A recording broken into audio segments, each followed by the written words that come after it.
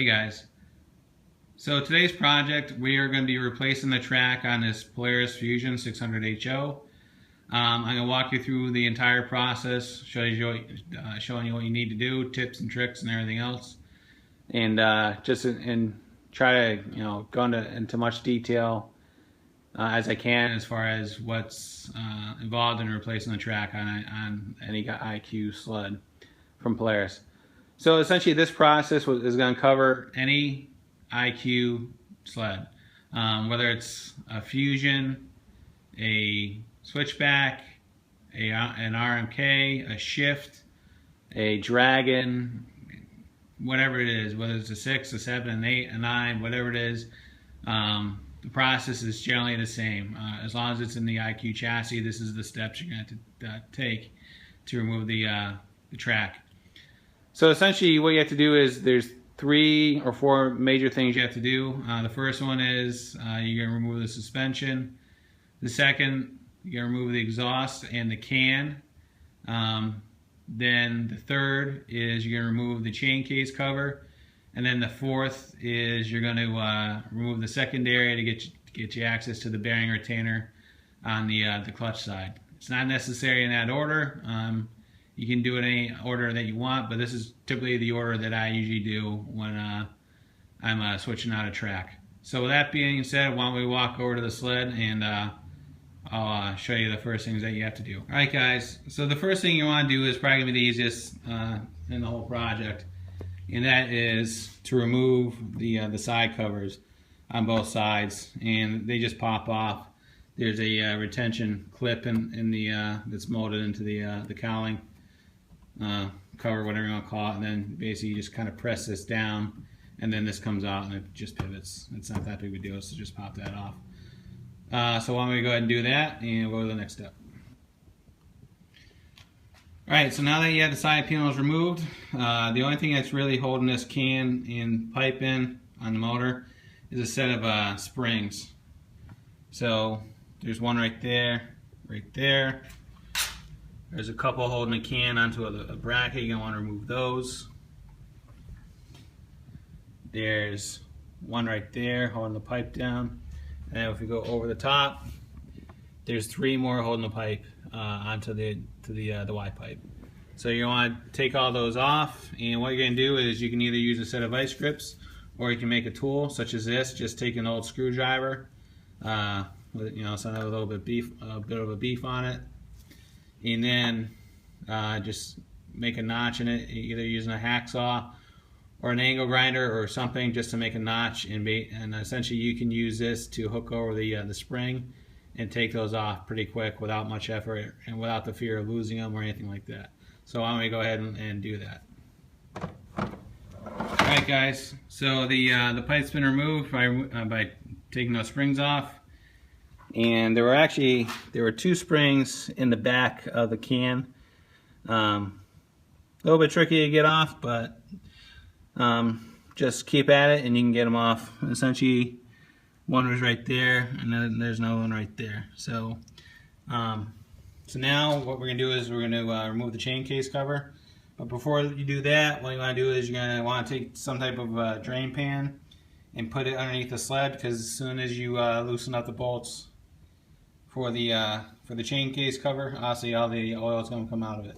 So why don't we go ahead and do that next. Alright, so once you have the cover off, and the bolts are 3/8, so go ahead and use a 6-point socket when you're taking those out, so you don't run the risk of stripping them.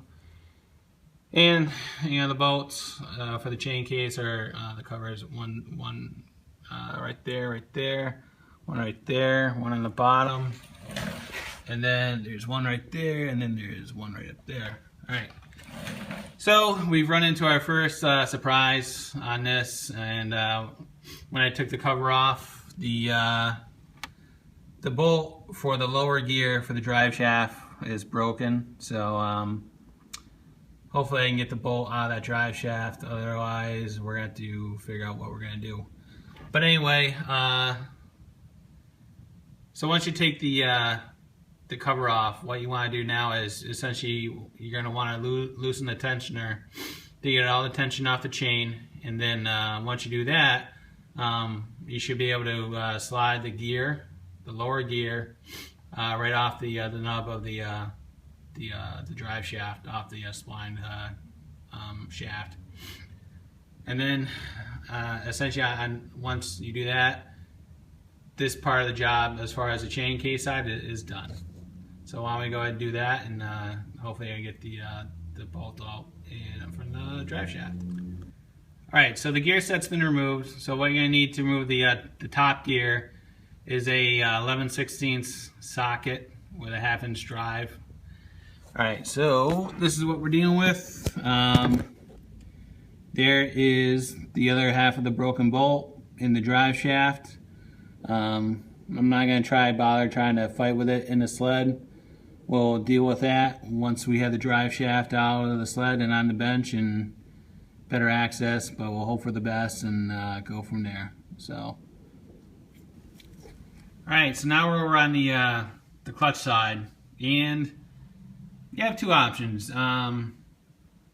To get at the lower bearing retainer, you can either just go at it, which I think I'm going to do because access is a little bit better than on the FST that I changed the track out on.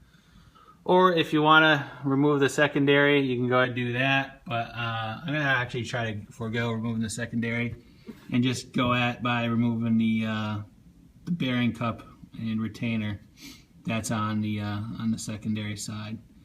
So what it is, if you look at it, there's actually 6 nuts on it, and 3 of them are responsible for holding the bearing cup or cover, whatever you want to call it, onto the tunnel, and those are the 3 outside ones. And then you have the 3 interior ones, and those actually hold on the bearing retainer that's on the other side of the tunnel on the sled. So what you want to do is you want to take all those off, and what will happen is once you do, that bearing cup will just slide right off, and then you'll be able to see what you're looking at. So let's go ahead and do that now. Alright guys, so once you have your 6 bolts removed, and those are 1/2 inch, this is where you're going to be looking at. So there's the end of the drive shaft. Again, the 3 inner nuts belong to the bearing retainer for the back side, and then the 3 outer ones hold the bearing cup onto the tunnel. So you just stick it to the side, get it out of the way. So essentially that's it as far as what you have to do on this side. So why don't we go to the back of the sled, and I'll show you. Right. So now that we have all the work done on the front end of the sled, what we're going to do now is go to the back of the sled and start the process of removing the suspension and the track. So the first thing you want to do is we're going to loosen up the jam nuts on the tensioners, and those are 9/16. So you can do that on both sides. What I typically do is I just break the jam nuts free. And then what I do is then I back out the adjuster on both sides until it's loose. That way, so if you're just doing another track swap or suspension maintenance, when you put it back in, when you tighten everything back up, leaving the jam nuts right where they are, it's going to get you pretty close on the alignment. So why don't we go ahead and do that, and then we'll move the rear idlers forward. Right, so now that you have the adjusters backed all the way out, what you want to do next is you're going to use the same 9/16 socket and a wrench to loosen up the axle for the rear idlers. So what you're going to do is put the socket on one end, put the wrench on the other, and go ahead and loosen that up. And what you're going to do is once that's loose, you're going to bring the idlers all the way forward as much as you can, and what you're going to end up with is the track is going to hang down, so now it's completely loose. So the next step is we're going to remove the 4 mounting points for the suspension and drop that out. So let's go ahead and do that next. Alright, so the next step is you got to remove the 4 mounting points for the suspension. There's 2 on each side. This is the rear. and the front is right up there. So what you want to use is a 5/8 socket and a wrench, and you're going to use something like this, an impact driver, to do this. The back isn't that big of a deal to do, because on the IQ, the rear points, you just use singular mounts. They don't use a common cross shaft for the rear with some like the older XC10 suspensions. But with the front, what you're going to run into is if you try to just loosen it at one side, not using an impact, just using a wrench, what's going to happen is the other end is going to spin.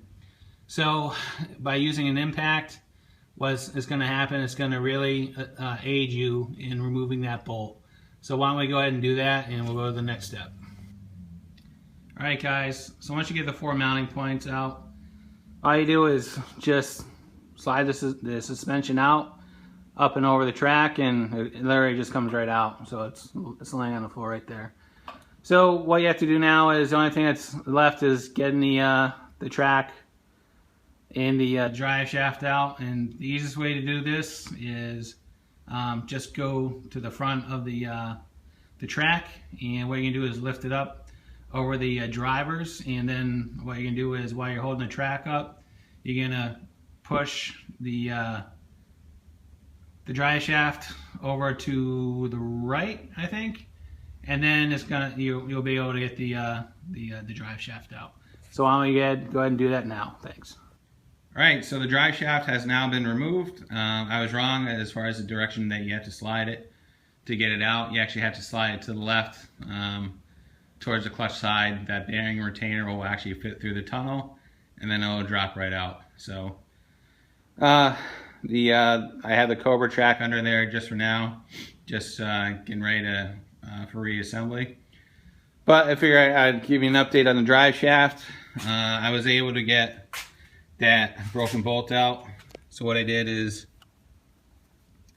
I drilled a hole through it, and then put an easy out, and then just heated up the drive shaft with a propane torch, and that heated up the blue Loctite in there, and it came right out on the first try. I was actually kind of surprised and relieved at the same time.